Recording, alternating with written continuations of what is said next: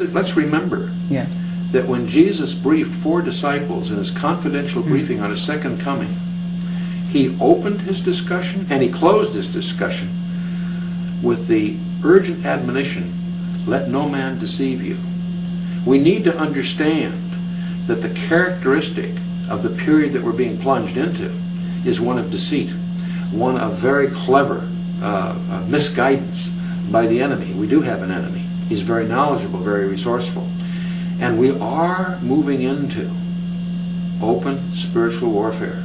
We're used to conflicts in countries about politics, different views. Today, there's a fundamental war going on in worldviews. Sometimes abductees will be brought into a room and their attention will be directed at a screen-like device. And the person will hear a voice in their minds saying, can you tell the difference between us and you? Now, depending on who the person is, they will say, what do you mean the difference between us and you? Everybody is the same. And they'll hear in their head, see, isn't that wonderful? Isn't that beautiful? Pretty soon in the future, we will all be together. You won't be able to tell the difference, and it will be wonderful. Some will be able to tell the difference. Some will say, well, yes, this one here looks like you, and this one here looks like us. At that point, they will say, well, you know, there will be a difference, but we will all be together, and you're one of the lucky ones. You can tell the difference. Most people won't be able to. The key fact here is that they're all saying, in the future, we'll all be together.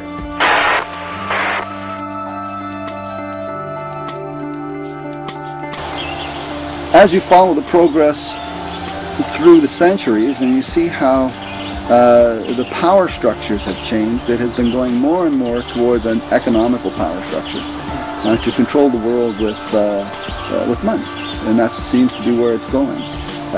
More and more we're looking towards a world bank, one world system, one world currency. I mean, already Europe has joined its currency together. North Americans are thinking the same way. So this is really the work of Satan. This is his way of getting command and control over the entire world.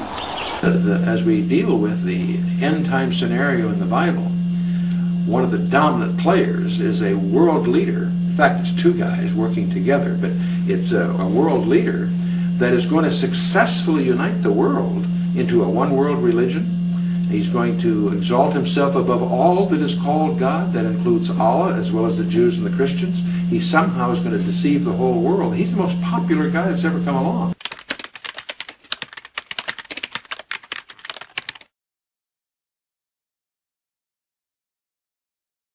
There are experts that have studied the scripture that believe that he could very well have an alien connection or even be one himself.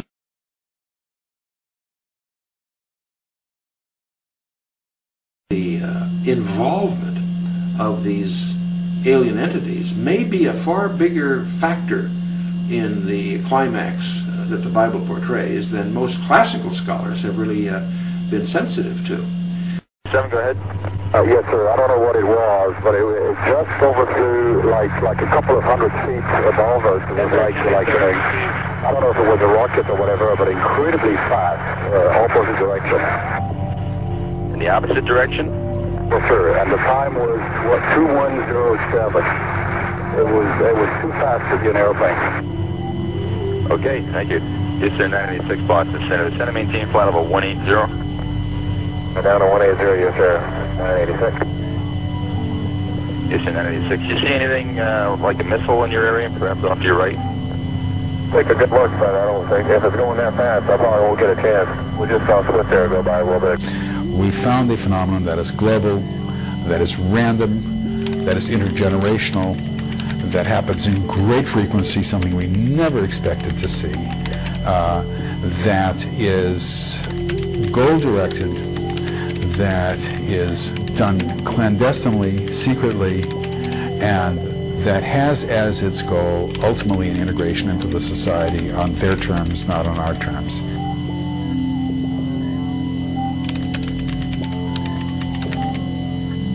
And I think that there's not a lot we can do about it, unfortunately.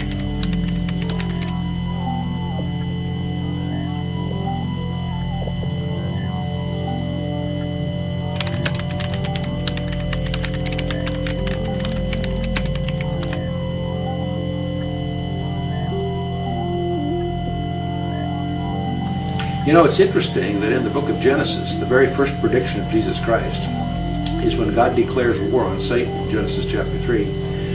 And he speaks that the ultimate redemption of man will come from the seed of a woman. And there is even a hint of the virgin birth. But that phrase is actually a contradiction in biology as well as grammar, but that's the term used. But most people overlook in that very verse, he also speaks of the seed of the serpent. And so it's clear that Satan has a role in this final climax that we're all heading to.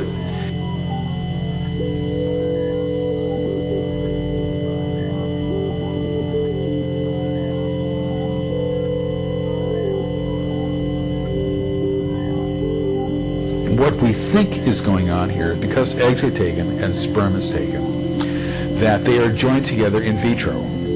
They are joined together outside, and at that point, either DNA is added or the fertilized egg is altered in some way. And when that happens, we posited that you're going to get a bell-shaped curve, that some are going to look really alien, some are going to look really human, and most are going to be in the middle.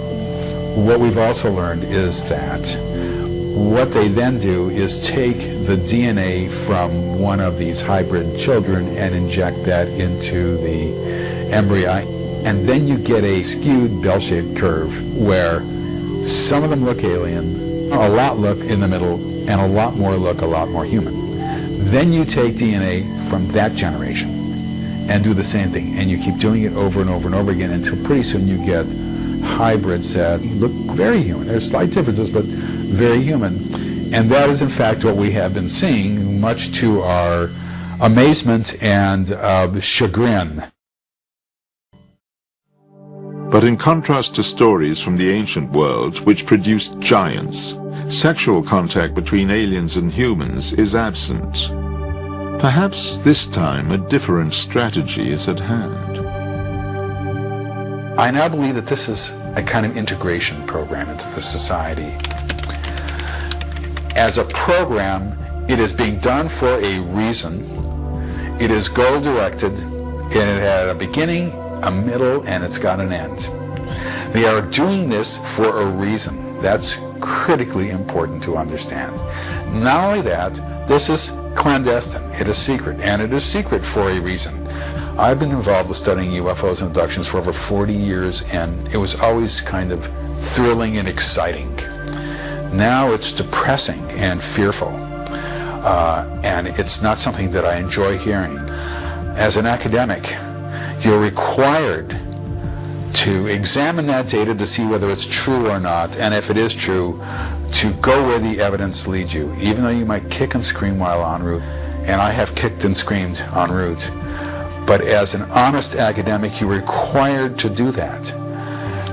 And as a historian, you're required to do that especially. And that is where it has led me, and it has led me into areas that I don't want to go. Not only that, it's embarrassing to talk about this. I understand how completely insane it sounds. I am fully aware of my words, of what I'm saying, and the effect that this has on people. Oh, this is just nuts. And I understand that. But in order to be academically honest, I must say it nonetheless, even though it puts me in a very bad position. I just wish that other people in the scientific community would at least learn a methodology of studying this phenomenon. They haven't done that, and it's not going to happen, from what I can tell. I mean, I can't tell the future, but the chances of that happening are very remote now, because we have looked at every conceivable kind of psychological explanation, and none of them fit. Lo estamos viendo en el FLIR. Es un objeto luminoso. Lleva rumbo contrario a nosotros, pero no nos deja. Está 2 millas atrás de nosotros.